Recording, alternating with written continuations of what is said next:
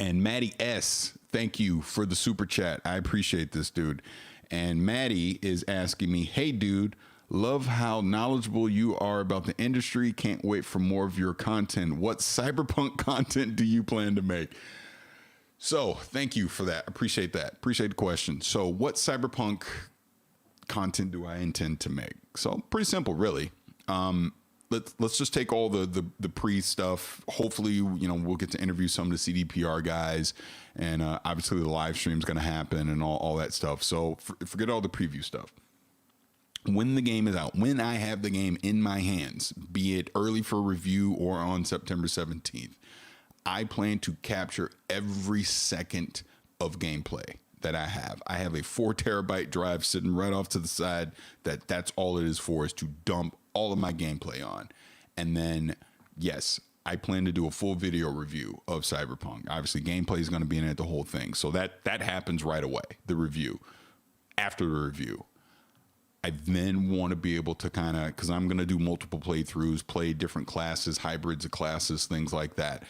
I definitely want to be able to take footage and basically just create a series of videos like, hey, here's quest X and here's how you can do this. Here's how you can find this weapon. Here's this Ripper dock where you can get, this cyber upgrade, things like that, kind of deep dive into some of the classes and stuff. And, here's a build you can potentially do in Cyberpunk. So I'm definitely thinking long term, when it comes to Cyberpunk and just some of the video stuff that I want to be able to put up on the channel. So, the launch of the game is honestly really just a start of what I'm planning to do. And that's just why I'm kind of been messing around on the channel lately, obviously during quarantine, doing some of the live stream stuff on here. Is I'm just want to build up to that point.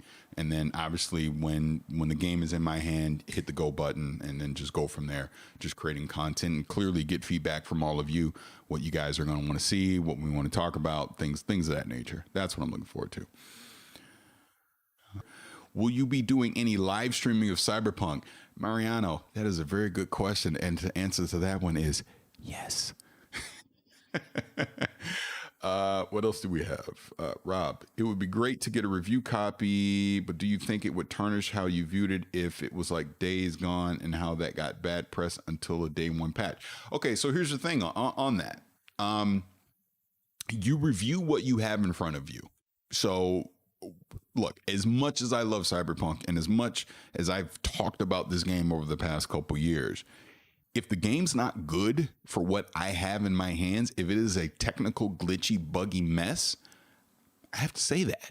I can't pretend that doesn't happen, right? I got to talk about it. Sure, there might be a day one patch that comes out that fixes those issues. Great. I'll talk about it at that point. But if, again, pretend, because I have no clue anything, I'm going to get nothing. But if I were to get that game, let's say 2 weeks early, right? Obviously, I'll be under NDA, the whole thing. But I'm playing it for 2 weeks early. And I'm my playthrough, I'm struggling through bugs, the whole thing. I have to talk about that when the review embargo lifts. That has to be a part of my coverage, as any other journalist out there. That's what they have to do. I can't pretend that those things didn't happen and say, oh, don't worry, guys, day one patch. I have to say, no, here is my experience. A day one patch is coming. Let's reassess at that point. But I just think that's fair to the consumer, because no one should run out and get any game that is a buggy mess. What am I thinking of? Fallout 76 is a recent example of this hot freaking mess until they actually got it fixed, right?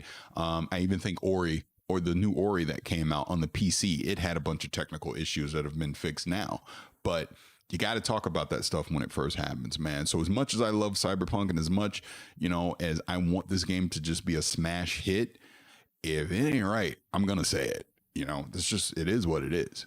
What we got? Okay, Wiggles says, which class are you looking forward to playing the most in Cyberpunk? Do you already have a character build in mind? How do I? So I'm going to play as a techie first. That's going to be my first playthrough. That fascinates me the most. But yeah, so I talked about this before, but I'll say it again, go a little more in depth on it now. So I first playthrough, I want to do a techie. I want to do a net runner after that. And then I want to do a solo build after that. I want to kind of stick as close to the quote unquote 3 main classes as I possibly can. And then I want to do a fourth playthrough where it is just a hybrid of where I've done lessons learned. What were the best attributes from the three main classes that I liked, and then I kind of want to build the Paris build, right? I want to build my build, and then that'll kind of be the primary way I'll play from there on out, because now I feel like I have an understanding of the strengths and weaknesses of each attribute, class, etc., and then just kind of see what I can mold into one hybrid class. And again, this is the point that I want to do these videos where I want to talk about some of this stuff as well. And then obviously people can make up their own minds from there. But that's my game plan as I go into it. And clearly, you know, not all that stuff's going to be done day one unless they give me the game like months in advance. But I would say when I initially do a review of the game, it'll probably be as a techie. And then from there, that's where I'll start to experiment, you know, through the weeks and months after that, you know, with class builds.